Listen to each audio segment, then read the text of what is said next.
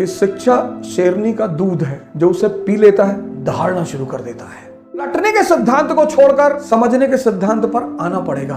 पढ़ना और लिखना बहुत अलग बात है सर। ये तो आईएएस का फॉर्मूला है सर। कनेक्ट करिए, कॉन्सेप्ट बनाइए, कंसोलिडेट करिए, जिंदगी भर के लिए याद हो जाएगा, जिंदगी भर के लिए। कोचिंग व्यवसाय ध्वस्त।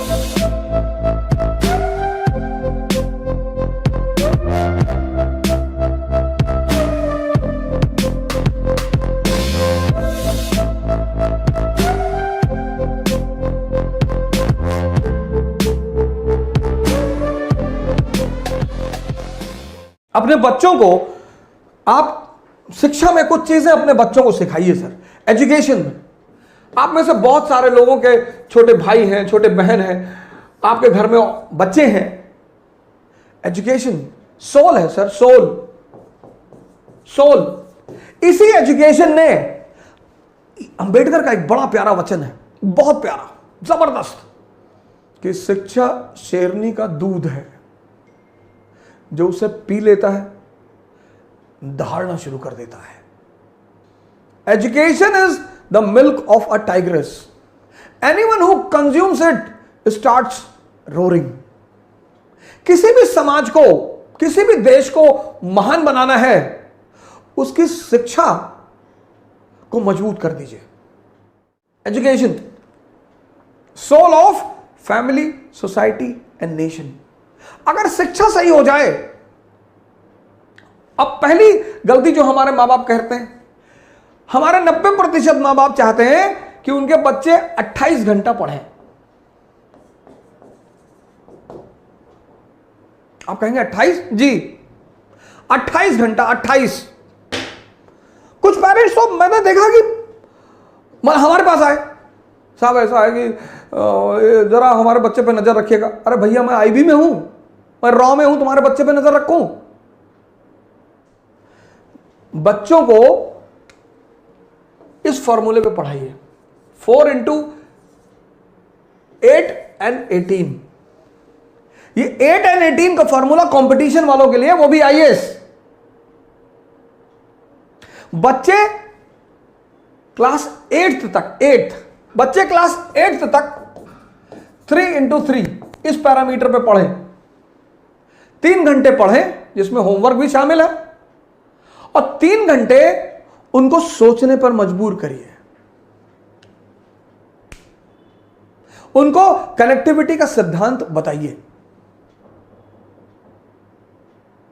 जैसे उन्होंने कोई टॉपिक तैयार किया, डाइजेस्टिव सिस्टम, तो अपने बच्चे को बोलिए कि यार ऐसा करो, तैयार हो गया ना, एक प्लेन शीट ले लो बेटा, लिखो पूरी कहानी को।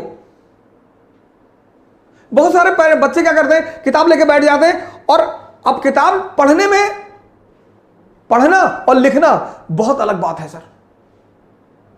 आप बिना कंसंट्रेट हुए पढ़ सकते हैं, पर आप बिना कंसंट्रेट हुए लिख कभी नहीं सकते। लड़कों की लिखने की आदत डालिए सर, बहुत प्रेस मत करिए, एक शेड्यूल बना दीजिए बस, कि अच्छा ठीक है, डाइजेस्टिव सिस्टम तैयार जी, कार्बन एंड कंपाउंड तैयार, चैप्टर तैयार, हाँ जी, चलो लिख डालो। उनकी लिखावट को चेक कर दीजिए।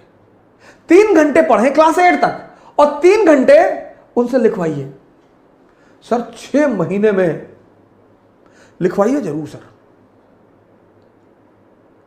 जिस ट्यूशन से ट्यूशन पढ़ने आते हैं उनसे बोलिए। यह तो आईएएस का फॉर्मूला है सर। 8 घंटे पढ़ना, 18 घंटा पढ़ाई के माहौल में रहना।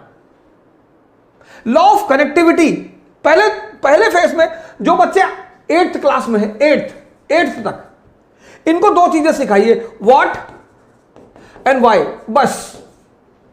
अगर ये 2 चीज आप समझा ले गए तो आप समझिए जिंदा कर रहे हैं दिमाग को। रटने मत दीजिए सर। रटने से दिमाग तोते जैसा हो जाता है, उसको बाद में जिंदा करना बहुत मुश्किल है। क्लास 8th तक एनालिसिस पे मत ले जाइए sir. What and why, example. अब अशोक का धम्म, अशोक का धम्म क्या और क्यों, बस। क्या? एक धार्मिक नीति, एक धार्मिक नीति, रिलीजियस पॉलिसी जिसका उद्देश्य यूनिटी पैदा करना, बस। क्या? क्यों? क्योंकि भारत यूनिटी इन डाइवर्सिटी का देश है। मौर्य साम्राज्य, काबुल से कन्याकुमारी, गुजरात से नॉर्थ ईस्ट, समझदार शासक है। आज हिंदू मुसलमान है, तब बौद्ध ब्राह्मण जैन, आज हिंदू मुसलमान ईसाई लड़ रहे हैं, आज, तब बौद्ध ब्राह्मण जैन, इनके बीच खटास थी। और परिवार में अगर तनाव होगा तो परिवार विकास नहीं होगा, और राष्ट्र में अगर तनाव होगा तो राष्ट्र का विकास नहीं होगा। यह बात अशोक को समझ में आई कि विकास के लिए सबसे जरूरी चीज क्या है? Internal peace. तो वो धम्म की नीति लेकर आया। बस इतना समझा दीजिए।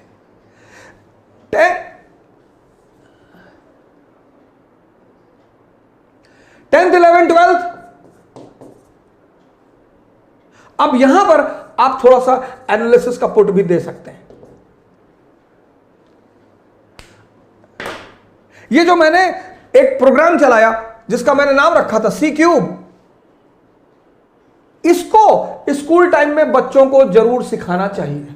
सी क्यूब, पहला सी कनेक्टिविटी, जोड़ना सिखाइए सर बच्चों को। आप नहीं पढ़ा रहे ना, आपका जो ट्यूशन लगभग लोगों ने रखा है, लगभग उस टीचर को बोलिए कि मेरे बच्चे को यह सिखाओ, कनेक्टिविटी, ये धम्म क्या और क्यों, कनेक्टिविटी। मैंने आपसे पिछले सीरीजों में कहा है, समझदारी का विकास करना है, और यह समझदारी का विकास का जो अवसर है वो स्कूल है। कनेक्ट करना सिखाइए, कनेक्ट, रटना मत सिखाइए कि अगर यह धम्म की नीति अशोक ला रहा है, क्लास 8th का चैप्टर है अशोक और उसका धम्म, तो वाई बता दीजिए लड़के को कि साहब ये वाई, धम्म क्यों, ये 2 वर्ड अपने बच्चों को सिखाना शुरू कर दीजिए सर। मैं बता रहा हूं कि जब वो 12th क्लास में बाहर निकलेंगे ना सर परसेंटेज भले ही कम हो उनका, लेकिन कुछ महान काम करेंगे सर।